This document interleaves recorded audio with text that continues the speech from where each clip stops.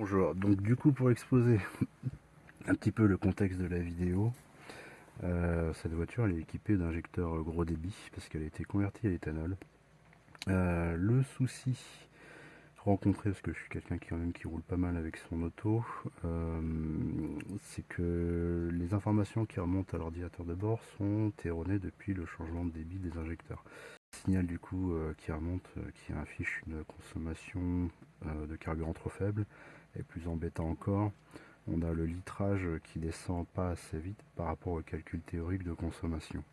Ce qui fait que dans un cas particulier, je me suis retrouvé à faire un plein de 72 litres, qui est la capacité du réservoir, alors que l'ordinateur m'affichait 10 litres au 100.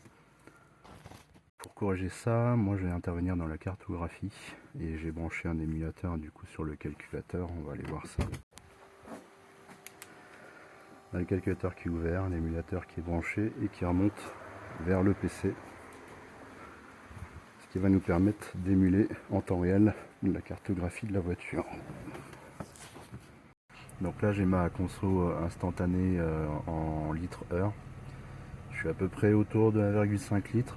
L'objectif c'est de se dire, voilà, j'ai mes injecteurs que j'ai modifiés qui débitent 1,5 fois plus que mes injecteurs d'origine. Donc je devrais plutôt me retrouver autour de 2,25 litres à peu près de conso à l'heure au lieu de 1,25.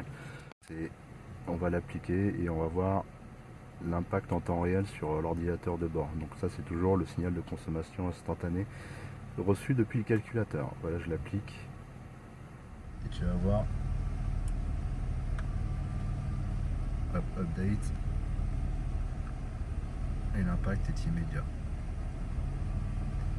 Je vais bien passer autour de 1,5 litres à l'heure dans le conso à peu près 2,2 litres à l'heure, 2,2, 2,3. Bon, après j'ai pas la précision du coup au-delà de ça, mais pour moi ça va convenir parfaitement, quoi.